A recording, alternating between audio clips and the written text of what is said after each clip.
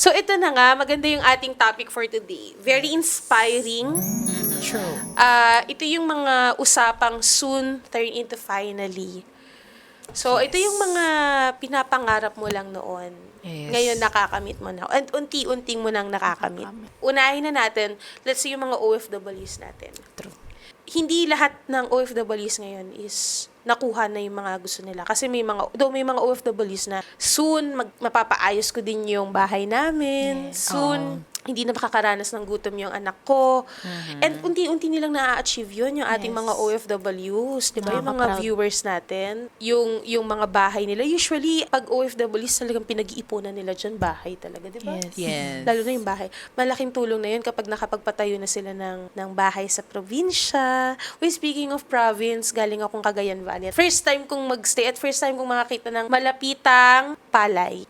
Palay? Yung dahon. Oh? First time kong makakita ng malapitan. Oo. Siyempre, nakikita ko lang siya sa mga expressway or sa mga ibang Yes. province na nadadaanan lang. Pero yung napagstayan kasi namin, sa Tumawini, Isabela nun. As in talagang nakatanim pa. Kaya saya-saya. Pero ayun, marami tayong mga OFWs na nai-inspire. Tawag dito, ginugusto pa na marami pang ma-achieve. And so far ba, at your age, ano yung soon ninyo na nag-turn na sa finally? At your age ha, kasi ilan taon na? Ito 27, ikaw? 21. Oh, sa edad mo. Wala pa po eh. Puro soon pa lang din po. Pero, Hindi, malay mo naman. Hindi kasi hindi natin namamalayan, di ba? Meron Apo. tayong mga Totoo na moments pala. Yes. uy, ito, kunyari, Hindi nakatungtong ko po ka na ng... akalain na Oo, hindi mo aakalain. Yung, Oo. kumbaga, parang blessing in disguise.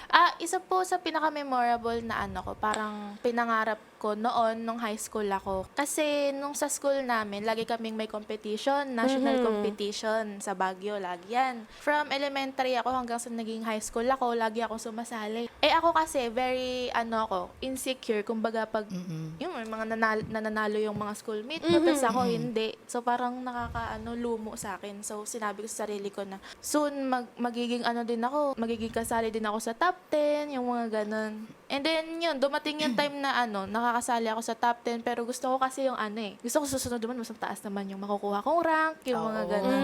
And then ayun, until such time, nung senior high school ako naging po ako, yung parang top 6, and then yung pinaka-last kong sali, top 4 na ako. So, Ito po. ayun, parang kumbaga, Academic, lang, talaga. naging ko lang siya, yung hard work ko, pati, Oo. oo. O kunyari, kahit yung soon mo, na parang soon magiging jowa ko din to, yung crush ko, tapos finally, naging boyfriend mo. Ako kasi yung ko ngayon, hindi ko naman siya parang talaga eh. Ganda. Pinangarap. Pero kasi sabi ko sa kanya, kasi totoo yun, since bata pa ako, kasi very na ako, pinagpipray ko talaga, sabi ko, Lord, balang araw, yung bata pa ako, kasi yung mga utak ko nun, ko, Lord, balang araw gusto ko po ng ganyang partner, yung mga ganon. Bata pa ako nun yung mga bata, isipin mo, nagpipray ng ganon. Then, ayun, nung nakilala ko siya, tapos na-realize ko, sabi ko, ito yung pinagpipray ko dati, nung bata ako. Pero maayos naman yung boyfriend mo. Maayos naman po siya. Naaalagaan ka ng tama. Yes po.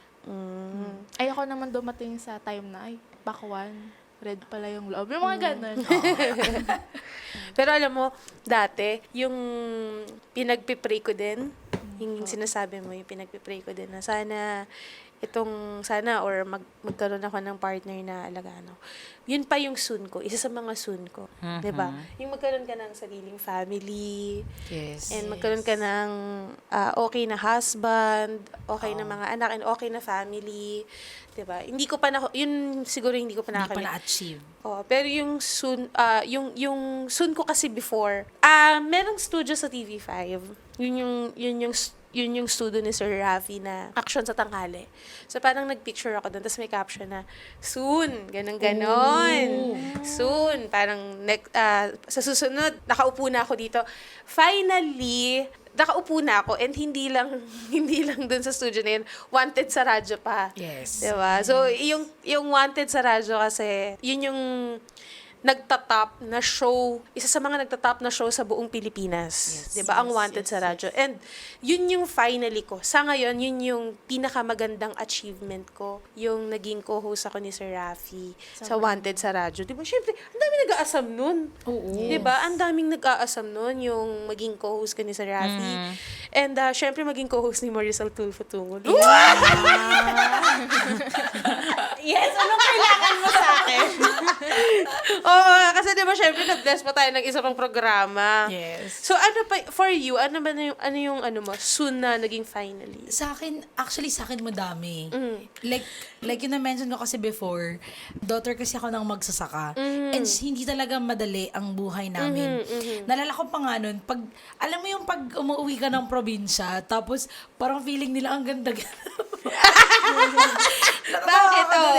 Kasi like parang yung mga kapitbahay nyo, yung parang, uy, andyan na yung anak ni ano. Yung mga ganyan. Ano nga sa province yun, no? Oo, tas pag probinsya kasi di ba pag nasa probinsya ka ang itim. Bulacan, di ba? Bulacan, oo. Di ba ang itim-itim ko kasi noon. Tapos, uy, ang puti na nung anak ni ganito, ni ganyan. Tapos, nalala ko nun sa church, kasi yung, sabi nga nila, parang gusgusin lang kayo nung bata. Yung ganun. At saka, eto rin yung pinagpapasalamat ko din kay Lord kasi sobrang nakikita ng mga tao sa paligid naman yung changes sa buhay namin. Kasi dati talagang yung ultimo kakainin namin, like iuutang pa ni nanay or ni tatay, ganyan. Tapos, nung nakapagtrabaho ako, like yung mga soon ko noon na soon may sasama ko sila na sa SM, mapapakain ko sa fast food. Oy, napakasimple And yun, nun. Tapos na-achieve. Oo, like yung ma-spoil yung Okay lang, okay lang. Kasi si tatay, hindi kasi niya naabutan. Ay, I'm so sorry. Nalala ko pa nun, like, umuwi ako nun. Wanted sa radyo. Parang mali ata yung show. Maging wanted sa radyo. Hindi, nalala ko kasi nun, like, nag-work na ako nun. Pero yung work ko lang yung, kasi ko nun, mga 17, 18, nagbe-babysit lang ako. So, magkano lang yung sahod ko nun. Pero, dahil nakapasok kasi ako ng SM, sa Bulacan kasi, like, ang pinakamalapit sa San Ildefonso, pinakamalapit na SM Baliwag. Which is malayo pa rin talaga. And then, nung pag-uwi ko kasi, sabi ko, bukas, dadaling ko yung pamilya ko sa SM. Iyon nga lang kasi, the night nung nabawian ng buhay kasi tatay.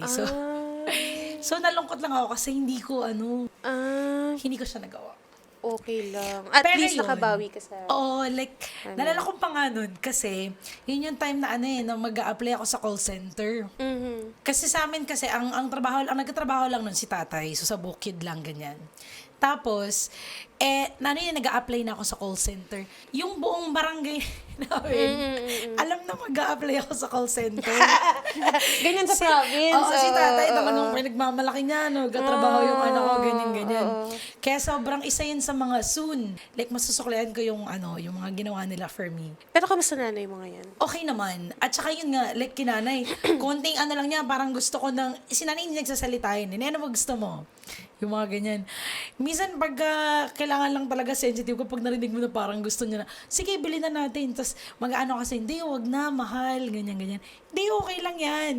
So, yun yung thankful ako na nagagawa na namin. Like, before, yung gusto namin kumain sa ganito, ngayon, 'di ba? Kasi nag-work na kami magkakapatid, pwede na namin siyang gawin. Parang yung cravings nga namin noon nagiging mahal na eh. Ganon.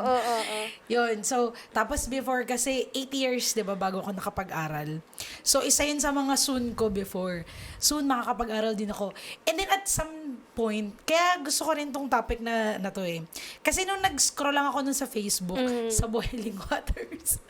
Boiling Waters, yes. Oo. Hi, B1, B2. Oh, yes. Sa Boiling Waters, nag-ano lang ako. Tapos, nakita ko kasi yun ng may your soon turn into finally. And it really gives you hope na kung ano yung mga inaasam mo, mangyayari. And then, naisip ko din na actually, may mga soon na ako na naging finally na. And then I think na marami rin talagang tao na, alam mo yun, makaka-relate. Kasi kahit yung mga little things na, yun nga, yung makapasok lang sa SM, nalala ko pa yung unang beses na, di ba yung mga door na automatic nag-open? Na-encounter ko to 22 na ako. Nagulat pa ako, bumukas yung pinto. Yung mga ganun. Minsan matatawa ka na lang din eh. Tapos, alam mo yung bagong salta ka sa Manila, yung sabi nila, para daw hindi halatang bagong salta ka, yung building, wag mo titingnan na hanggang sa pinakamataas. Kasi, ay, gano'n mga kaibigan ko nun, like, yung building, ang taas. yung mga ganong moments, sobrang nagpapasalamat din talaga ako kay Lord kasi nga, everything happened for a reason talaga. At saka may right time talaga ang lahat ng bagay. Oo, tama So, nga yun. naman. Huwag masyadong madaliin. Step-by-step process, ika nga. Trust the process talaga. Oo. Tsaka yung mga simpleng blessing na hindi natin napapansin, di ba? Gaya na sinabi mo, dati hindi kinakakatikim ng ganto. Oo. Ngayon, unti-unti nakakakain kayo ng masarap. Yes. Di ba? Improvement. Yun din, I guess, yung soon ko na in the making pa. Yung soon, mababago ko rin yung buhay ng buong family ko. Ilan kayo magkakapatid? Second family kami, pero Oo all in nga all, pala. 10. Pero like, itong, yung magkakasama kami, like 5. Pero yun nga, although, ang laki na nung changes, which I'm very thankful. Pero syempre, hindi pa rin talaga, hindi pa rin sobrang, talaga, syempre, nag-iisip pa rin kami ng mga babayarang bills, ganyan. So yun, gusto ko rin na, yung ma-travel ko yung family ko. Meron akong soon soon makakasakay din ako ng plane. Yung mga ganyan. Tapos, first time Nakasakay ka na? pag Cebu last year. So yun, sobrang, wow. Ay, last year ba yun this year? This year lang ata pala yun. Oo. Yun, sobrang, Lord, thank you. Kasi nga, nakikita ko talaga na something's happening sa buhay ko and then sa family ko. Kaya, ayun. I really hope that this can be an inspiration. Kasi, minsan talaga, dadating ka sa point na yung mangyayari pa ba to? Ay, oo. Oo. Pero alam mo, hindi mangyayari yan kung lagi ka lang nakapapatay-patay. True naman. Kailangan mo talagang gumalaw. Galaw-galaw. Igalaw ang baso. Pero ikaw, ano ba ang mga soon mo na naging finally? Madami naman. Grayson. Grayson. Baby. Ano pa ba? Ikasal. Oo. Pero, kasi nga. Oo nga. Secret muna. Ano pa ba? Wala naman. Well, ngayon kasi parang feeling ko ang nilulook forward ko na lang na finally is to get a house. Yun, parang yun na lang. Tapos to have more babies. Nasa Yun lang. process na. Kita mo, si Ma'am Maricel, meron din siyang mga soon. Kahit sa taas ng estado ng buhay niyan, may soon Grabe pa naman. yan.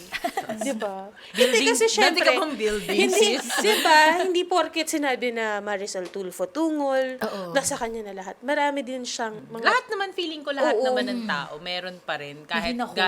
gaano kayaman. Yes. Parang lahat ng tao talaga meron at meron pa Pero din. kapag sobrang yaman mo na, ang kailangan mo na lang sa isip mo, peace. Oo. Kapayapaan sa Di mo na alam sa mo utak. gagastusin yung pera mo, no? Oo. Bigay mo Nandito sa po kami. amin. Nandito welcome kami. na welcome po ang mga wallet namin. 'Di ba? Pero ayun, sana sa episode na to maraming ma-inspire and na wag madaliin ng mga Yes. bagay-bagay. May mga tamang oras para sa mga pangarap natin. Go for the goal lang tayo, 'di ba? Nakaka-inspire yung mga stories. Oo, tsaka actually is lang to, di ba? Like parang patikim lang to eh. Ito lang yun sa mga kakilala namin na available. Pero sa iba talaga, sobrang daming mga, yung mga Alam mo, mag-part 2 tayo experiences. dito ha. Pero mag-part 2 tayo dito. Pero ang gusto ko ang magkukwento is yung mga OFWs natin. True. Ay, gusto Diba? ko.